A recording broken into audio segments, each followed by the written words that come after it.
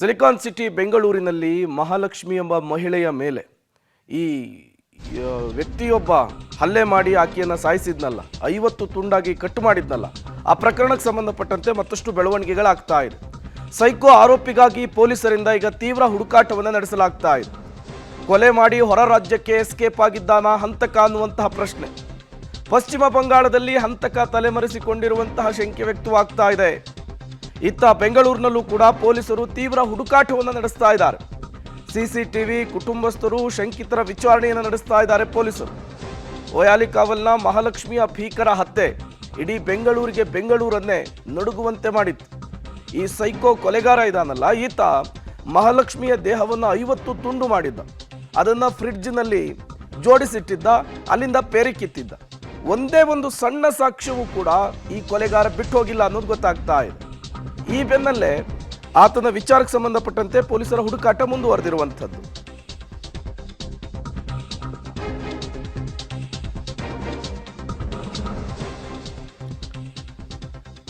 ಪಶ್ಚಿಮ ಬಂಗಾಳದಲ್ಲಿಯೇ ಈತ ತಲೆಮರೆಸಿಕೊಂಡಿದ್ದಾನೆ ಅನ್ನುವಂತಹ ಹಿಂಟು ಈಗ ಪೊಲೀಸರಿಗೆ ಸಿಗ್ತಾ ಇರುವಂಥದ್ದು. ಹಾಗಾಗಿಯೇ ಪಶ್ಚಿಮ ಬಂಗಾಳಕ್ಕೆ ಒಂದು ತಂಡವನ್ನು ಕಳುಹಿಸಿಕೊಟ್ಟಿದ್ದಾರೆ ಪೊಲೀಸರು ಅನ್ನೋದು ಗೊತ್ತಾಗ್ತಾ ಇದೆ. ಈಗಾಗಲೇ 5 ತಂಡಗಳನ್ನು ರಚನೆ ಮಾಡಿರುವಂಥದ್ದು. ಮತ್ತುಳಿದಿರುವಂತಹ ತಂಡ ಬೆಂಗಳೂರು ಸೇರಿದಂತೆ ಹಲವು ಕಡೆಗಳಲ್ಲಿ ಹಂತಕನಿಗಾಗಿ ತೀವ್ರ ಹುಡುಕಾಟವನ್ನು ನಡೆಸ್ತಾ ಇರುವಂಥದ್ದು. ಸಿಸಿಟಿವಿ ಫುಟೇಜು, ಕುಟುಂಬಸ್ಥರ ಸ್ಟೇಟ್ಮೆಂಟು, ಆಕೆ ಕೆಲಸ ಮಾಡ್ತಾ ಇದ್ದಂತಹ ಜಾಗದಲ್ಲಿ ಆಕೆಯ ಕೊಲೀಗ್ಸ್ ಕೊಡ್ತಾ ಇದ್ದಂತಹ ಸ್ಟೇಟ್ಮೆಂಟು ಎಲ್ಲವನ್ನು ಕೂಡ ತೆಗೆದುಕೊಳ್ತಾ ಇದ್ದಾರೆ.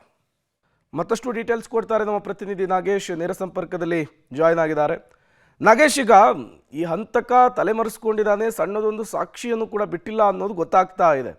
ಈತನ ಚಲನವಲನದ ಬಗ್ಗೆ, ಈತ ಎಲ್ಲಿದ್ದಾನೆ ಅನ್ನೋದರ ಬಗ್ಗೆ ಪೊಲೀಸರ ಇನ್ವೆಸ್ಟಿಗೇಷನ್ ಹೇಗೆ ಸಾಗ್ತಾ ಇದೆ ಅಂತ?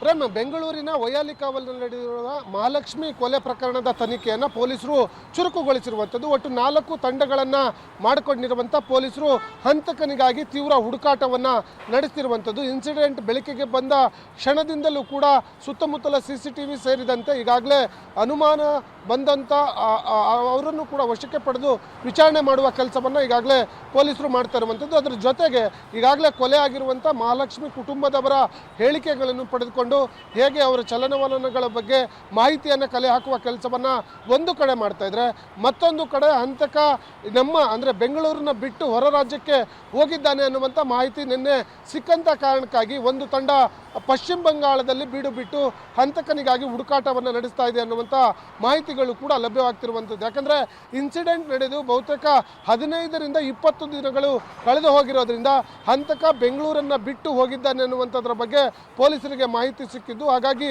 ಪಶ್ಚಿಮ ಬಂಗಾಳದಲ್ಲಿ ಒಂದು ತಂಡ ಹಂತಕನಿಗಾಗಿ ತೀವ್ರ ಹುಡುಕಾಟವನ್ನು ನಡೆಸಲಾಗ್ತಾ ಇದೆ ಅನ್ನುವಂಥ ಮಾಹಿತಿಗಳು ಈಗ ಲಭ್ಯವಾಗ್ತಿರುವಂಥದ್ದು. ಪ್ರೇಮ್.